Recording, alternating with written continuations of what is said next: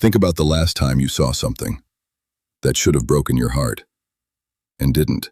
Not because you are a bad person, not because you don't care, but because you had already seen 7 other things that should have broken your heart in the previous 4 minutes. And your heart just couldn't. In 1977, a writer named Susan Sontag published a book called On Photography. She was writing about something that troubled her deeply, the way images of suffering, photographs of war, of atrocity, of human devastation, were becoming ordinary. She wrote, "Harrowing photographs do not inevitably lose their power to shock, but they are not much help if the task is to understand." Sontag was writing about magazine photographs, before cable news, before the internet, before the scroll feed, before any of this existed. And yet she described it with extraordinary precision. She wrote, "Compassion is an unstable emotion. It needs to be translated into action, or it withers." And then the line that I think is the most honest thing anyone has written about our current moment. It seems normal to turn away from images that simply make us feel bad. It seems normal. Not it is easy. Not it is human. Not it is understandable. It seems normal. She is describing a process of normalization, the slow, incremental recalibration of what counts as acceptable to feel in response to what you are seeing. And she was writing about photographs in magazines that you encountered once a week, at most. She could not have imagined what we have built since. The scroll feed delivers content at a rate that has no historical precedent. A war zone, a dance video, a food advertisement, a news clip about a famine, a comedian, a product review, a drowning child, a sports highlight, a political argument, a cat. All of this in the same 15-second window, all of it demanding a different emotional register, all of it overwriting the last thing before your nervous system has had time to know what it felt. This is the specific mechanism that researchers now call moral desensitization. A 2024 narrative review, published in Aggression and Violent Behavior, examined 15 studies across 2 decades. It found that moral desensitization is a multipath phenomenon. It does not work through one mechanism. It works through 4 simultaneously. The first is affective habituation. The emotional response to disturbing content simply becomes smaller. The more you see, the less you feel. The second is physiological neural adaptation. Your body's stress response to disturbing content, the cortisol spike, the elevated heart rate, literally reduces over time. Your biology stops registering certain things as emergencies. The third is attentional change.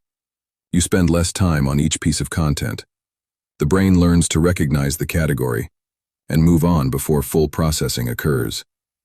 And the fourth, the one I find most disturbing, is what they call the moral repetition effect. The more you are exposed to ethical violations, the less severe they seem. Not because they have changed, because your brain has. In 2011, 2 psychologists named Cameron and Payne published research on what they called compassion collapse. Their finding was simple and devastating. As the number of people or causes requiring your empathy increases, your ability to empathize with any one individual diminishes. You may have heard the observation, often misattributed to Stalin, that 1 death is a tragedy and 1,000,000 deaths is a statistic. It is not just a dark joke. It is a documented psychological phenomenon. Cameron and Payne found that people automatically regulate their emotional response to large-scale suffering, not consciously, but because the emotional system has no other way to cope with numbers that exceed its processing capacity. The scroll feed activates this mechanism, constantly, relentlessly, every time you open it.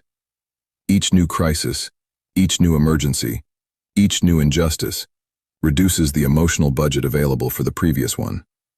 And here is what I keep coming back to, because I think it is the part that gets lost in every conversation about this. It is not just the content that causes the problem. It is the context in which the content is delivered. Think about what you would need to properly process a genuinely distressing piece of news. You would need time to sit with it. You would need space to feel something. You would need the absence of an immediate demand to feel something completely different 3 seconds later. Grief requires time. Outrage requires context. Compassion requires space to breathe. We looked at attention research in video 9 of this series. Gloria marked finding that the brain requires 23 minutes to recover from a single interruption. Apply that to the emotional system. When you see something devastating on the scroll feed, the feed does not wait 23 minutes for your emotional system to process it. The feed continues, immediately, to the next thing. The emotion is interrupted before it can complete. And the brain, over time, stops beginning to feel it because it has learned that the feeling will never be allowed to finish. In 2024, a survey of over 10,000 teenagers by the Youth Endowment Fund found that 70% had encountered real-world violence on social media. 25% reported that content had been algorithmically promoted rather than sought. They did not go looking for it. The algorithm brought it to them, and then immediately brought them something else entirely. The Center for Countering Digital Hate found that TikTok recommended suicide-related videos within minutes, even to accounts specifically set up to pose as vulnerable teenagers. The U.S. Surgeon General's 2023 advisory identified algorithmic content delivery as a distinct pathway through which young people are exposed to material they never chose to see. I want to be careful here, because this is not an argument that we should stop showing the world its wounds. Sontag was not making that argument either. She was making a more precise argument about what happens when the showing outstrips our capacity to receive. She wrote in 2003, in Regarding the Pain of Others, "A photograph that brings news of some unsuspected zone of misery cannot make a dent in public opinion unless there is an appropriate context of feeling and attitude." The context of feeling and attitude. That is what the algorithm removes. It is not that the content is wrong. It is that the container it arrives in is specifically engineered to prevent the kind of sustained attention that turns awareness into understanding and understanding into action. Think about what changes when the context changes. In 2015, a photograph of a 3-year-old boy named Alan Kurdi was found on a beach in Turkey, having drowned trying to reach Europe. The photograph was shared millions of times, and something happened that had not happened before. Donations to refugee charities increased by orders of magnitude, overnight, across multiple countries. A single child, with a name, in a photograph that stayed still long enough to be seen. Not a statistic, not a scroll. A child, held in view, for long enough to be known. That is what Sontag was describing when she wrote about the context of feeling and attitude. One image, given space, given time, given the absence of an immediate demand to feel something else, changed the political response of entire governments. The scroll feed has inverted this. Now there are 1,000 Alan Kurdis, every day, each one overwritten by the next, before the first has had time to land. So what is happening to us? The research suggests we are not becoming monsters. We are becoming something more specific than that, and in some ways more frightening. We are becoming people who feel the first flicker of an appropriate emotional response, and then lose it before it has a chance to become anything. Not because we chose to lose it, but because the system that was supposed to inform us was built in a way that makes sustained emotional engagement structurally impossible. We are not apathetic. We are exhausted. We are not cruel. We are overwhelmed. We are not beyond feeling. We have been trained out of the conditions that allow feeling to complete. Sontag also wrote this, and it is where I want to end. What is required of us is not to approve of suffering, but to acknowledge it. The acknowledgement is the act. The acknowledgement is the act, not the share, not the like, not the comment that shows you have seen the right thing and responded appropriately.